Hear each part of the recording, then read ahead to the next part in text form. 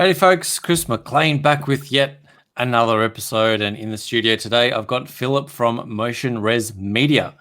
They specialise in leveraging video in new or existing marketing campaigns to increase lead generation and conversion rates, and they mostly work with service-based businesses. Excited to get in and chat all about video marketing and how we can capitalise on the popularity of video. Philip, thanks for dropping by, mate. Appreciate it. Hey, thanks for having me. I have to compliment you on that magnificent mustache as well. I would never be able to grow something like that. So, well, thank you. It's become a bit of a brand statement these days. Yeah. So it's here to stay. Lets people know who you are exactly whenever they see you, I guess, huh? Exactly, the mustache marketing guy, something like that. Who knows? But thanks for having me on. So basically we, like you said, specialize in mostly video marketing. Cool. That is helping businesses with video and digital marketing kind of put together, kind of blended together, either direct response or branding, mostly direct response type marketing. And we can help them push that to their audience as well if they're not sure who that is or how to reach them. So yeah, cool. So did you come from sort of a film or a video background? Is that why you sort of specialize in video, or you just happened to see the opportunity in video and moved into that space? Yeah, so it was a hobby at first when I was about 10 years ago. I guess I was like 20 years old or so, and it really just started going. I started going to conventions like Dragon Con and stuff like that in Atlanta. If you've ever heard of that, that's where I'm at. And we started just shooting, messing around there, filming little crappy homemade stuff for ourselves. And eventually I got pretty good at it. So I started to actually move towards trying to make a career out of it. But then it came to where I got pretty good at video and cinematography, so lighting, framing, composition, the whole thing, but I knew nothing about business. So it didn't, right. So I had to learn that part after, to kind of make money or make anything at all. So were you thinking at that point that you sort of move into filmmaking or that side of things as opposed to marketing? Yeah. Is that sort of the aim of the game? And then what made you make that transition from films and sort of that side of that business into the business of taking video into marketing? So I still do fun things like that now, but I realized that it was going to be very, very hard to make good money starting out that way. So I started talking to, you don't really make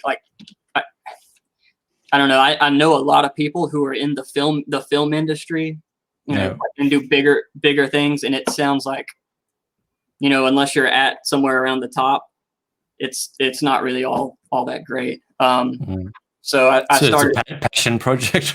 You really love it. I would love to be a big time famous director or DP, but I have to. I don't know. I kind of fell more in love with the commercial side of it after I started talking to, meeting more people, networking, talking to a few other people who did that same transition because of that reason. And so I kind of made the decision there to focus more on commercial, because it's really cool. Like, entertainment side is good, but helping other businesses while you're a business with bringing in more clients, it's a really kind of cool thing there that benefits both sides. So I kind of really started to enjoy it, and now that's where I'm at right now. That's where I feel like I want to stay for a while.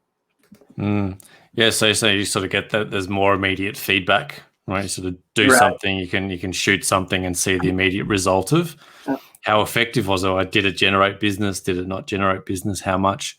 There's a much tighter feedback loop then. Imagine making a film over 3 years and then have it released over the next 2 to 3 years and all the editing, and it's a long time to see the realization. Yeah, that's a lot. There's a lot to it. So with these, we can produce a a commercial, and I'm not talking about it. We don't do anything like big Super Bowl commercial type, $500,000 things. We work with like smaller and mostly medium-sized businesses. We have worked with bigger businesses, but it's usually through another like ad agency through them. So it goes through a couple.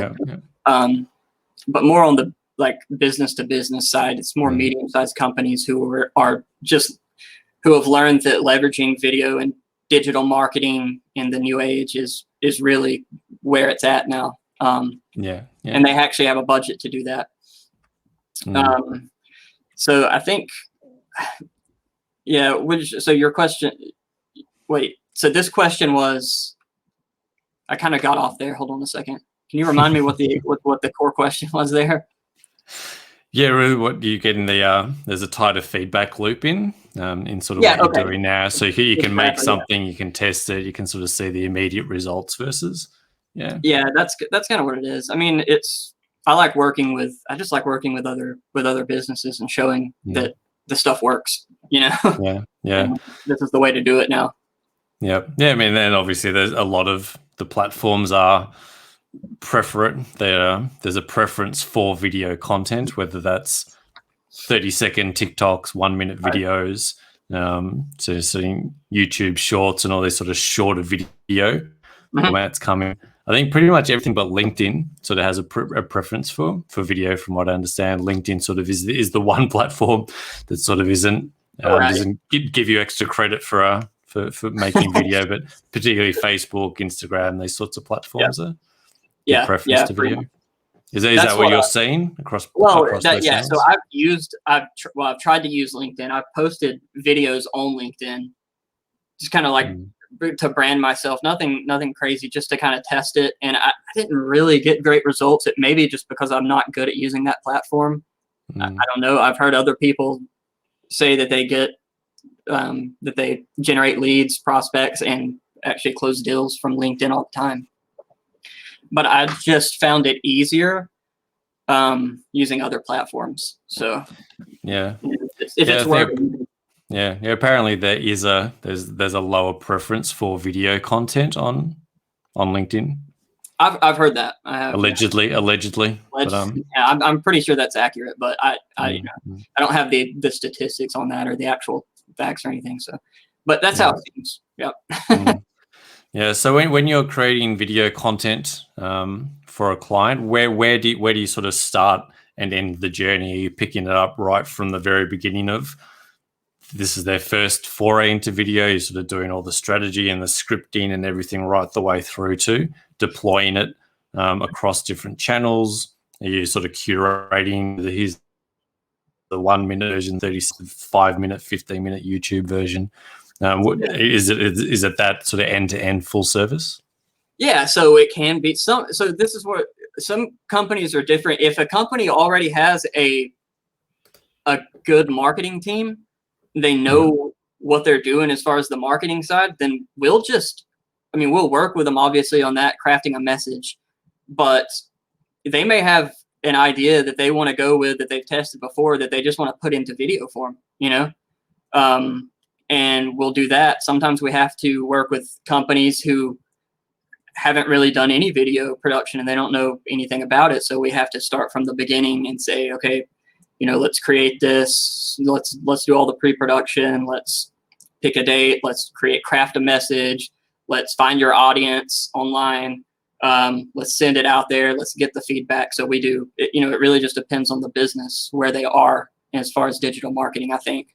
So. Yeah, nice. And in terms of, I guess you sort of start to look at that feedback and the results, what do you see working in terms of kind of, I guess, your more cinematic, really well designed, beautifully crafted video versus kind of point and shoot, got my camera out just on my phone and doing a sort of camera working? Well, so the thing about that is we'll talk about like branding yourself online using video, say through your cell phone, because you have good video quality.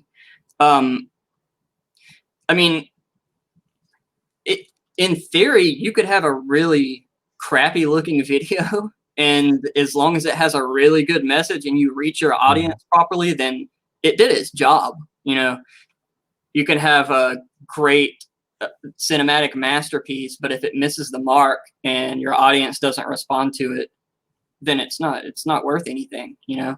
So you have to have that blend. I mean, if you have a budget, like if the business has the budget to have both, have a good cinematography, great quality audio, video, and a powerful message, then it really, really starts to, take off. If that makes sense, that kind of.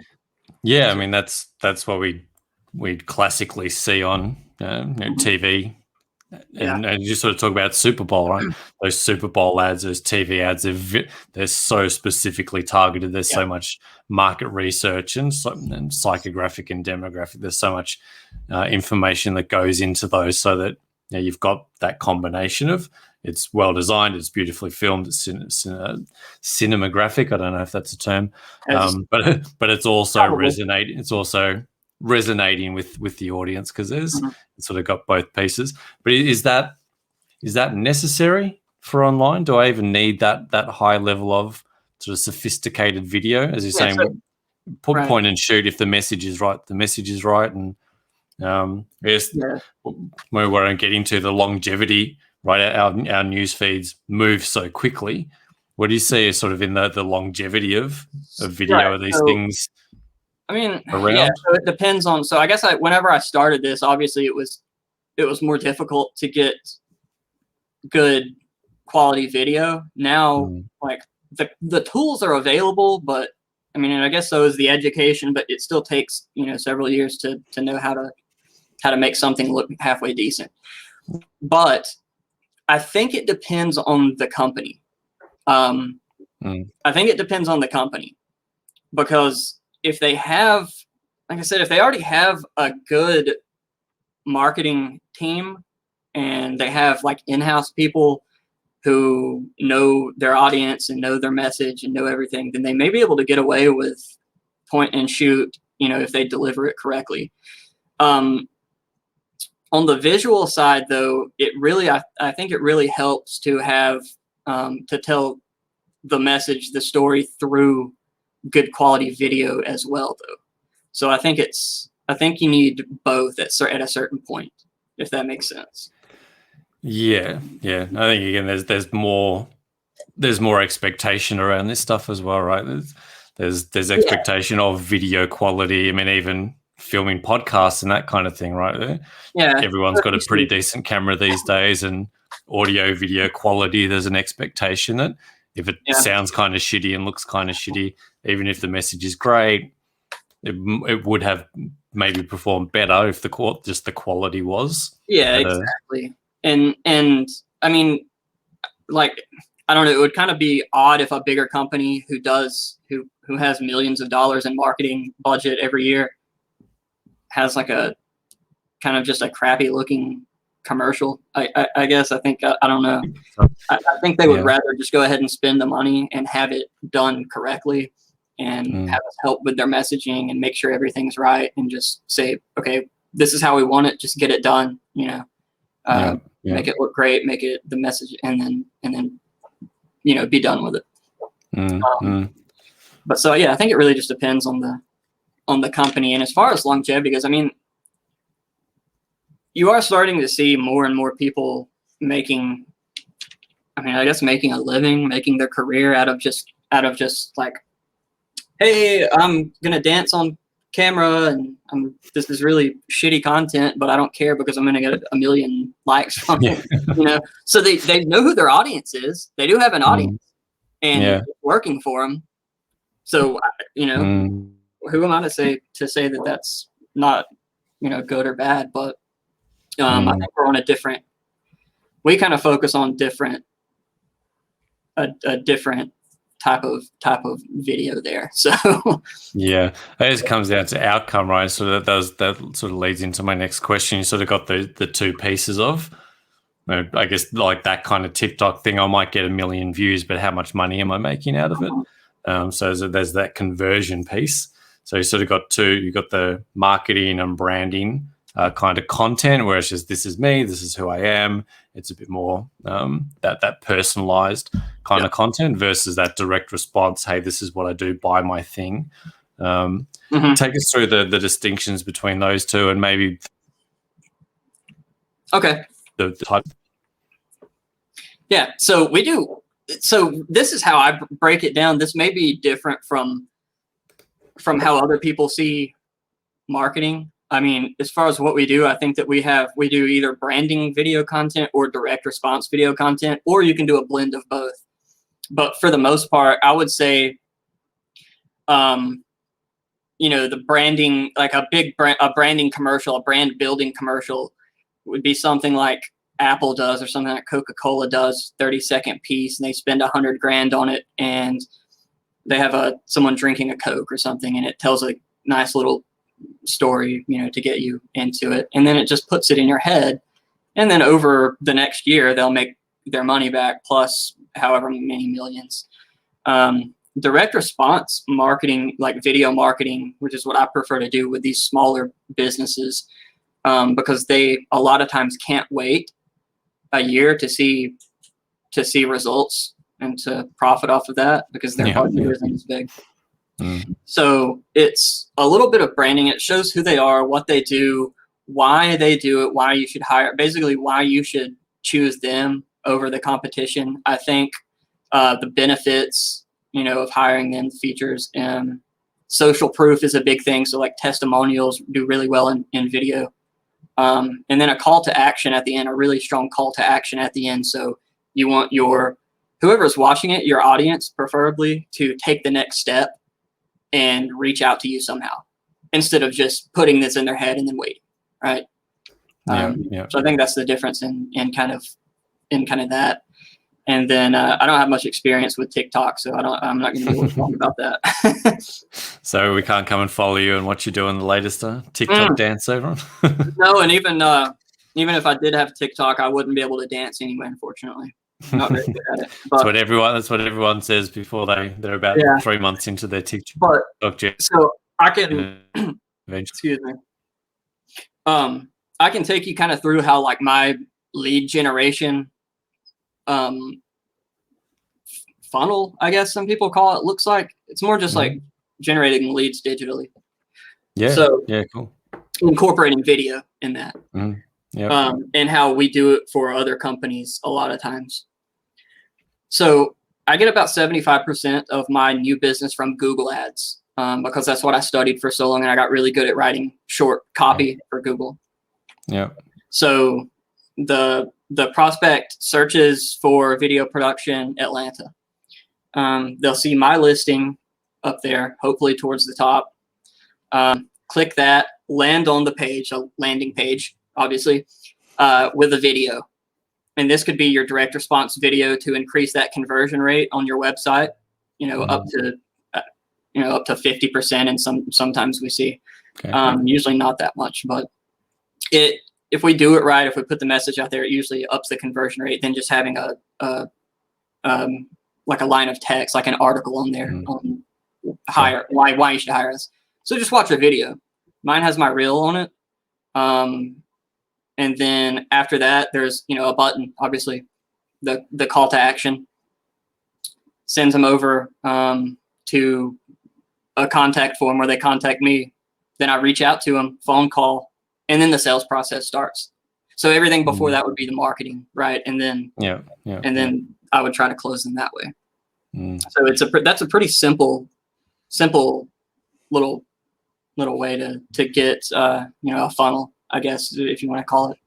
But that's the main way that we get new clients that way, new prospects. So nice. And you're seeing that 50% increase in conversion just from having video versus I guess non-video. Yeah, the right kind of video, the right kind of message. Yeah. So what is that? What is that? Obviously, it's distinct for different businesses, but when you talk about the right message, what is that? What's the purpose of that video at that point? Because obviously, I don't know you. I don't really know what you do. I've seen that thing that's relevant, so I'm kind of in search mode. I'm looking for answers. then I land on your page, what are you going to tell me in that page? I'm going to go, yes, this is what I want. Yeah. So basically, we'll do what we call a direct response web commercial, which is structured in that certain format, just like a couple of minutes long. So it's usually we start out with a hook, so capture their attention right off the bat, call out what their problem is, what they're having a problem with, why they're, why are you looking for this? We know why you're looking for this. Here's our solution. Here are our benefits, and here's the social proof in the form of a testimonial that other clients have seen good results for, and here's a call to action. Reach out to us now. That format right there works very, very well in video. So that's kind of what we follow most of the time. To after a prospect lands on the landing page, and maybe still curious about if you're the right company. Yeah, cool. And that works very effectively. You work mostly with service-based businesses. So what is that? Is that sort of the different trades like painters, decorators, car, auto fitters, that kind of thing? Is that where So we've built landscape businesses up. We built car dealerships up. Works well with that. We built, that's the same thing I use for my business. Just any kind of like roofing businesses. It doesn't have to be that kind of manual labor either. Just any kind of like, hey, we provide this service to you. Yeah. Now, if you have a product, then we usually approach that a little different, more on social media and more of a different type of video as well, and a different funnel. But yeah. So with those landing page commercials, what's the difference do you find between like me, I run my business and I'm the one that's in the video, versus getting an actor to come in and do you ever use actors in place of the business owner, or do you prefer to sort of bring someone from the business to show that authentic persona behind the business? I always recommend having the business owner or a representative from the company who's actually associated with that company be on camera, because it's not a straight on shoot, normally scripted thing. I wouldn't expect them to be able to do that because they're not actors, right? So it's an interview. It's sit down.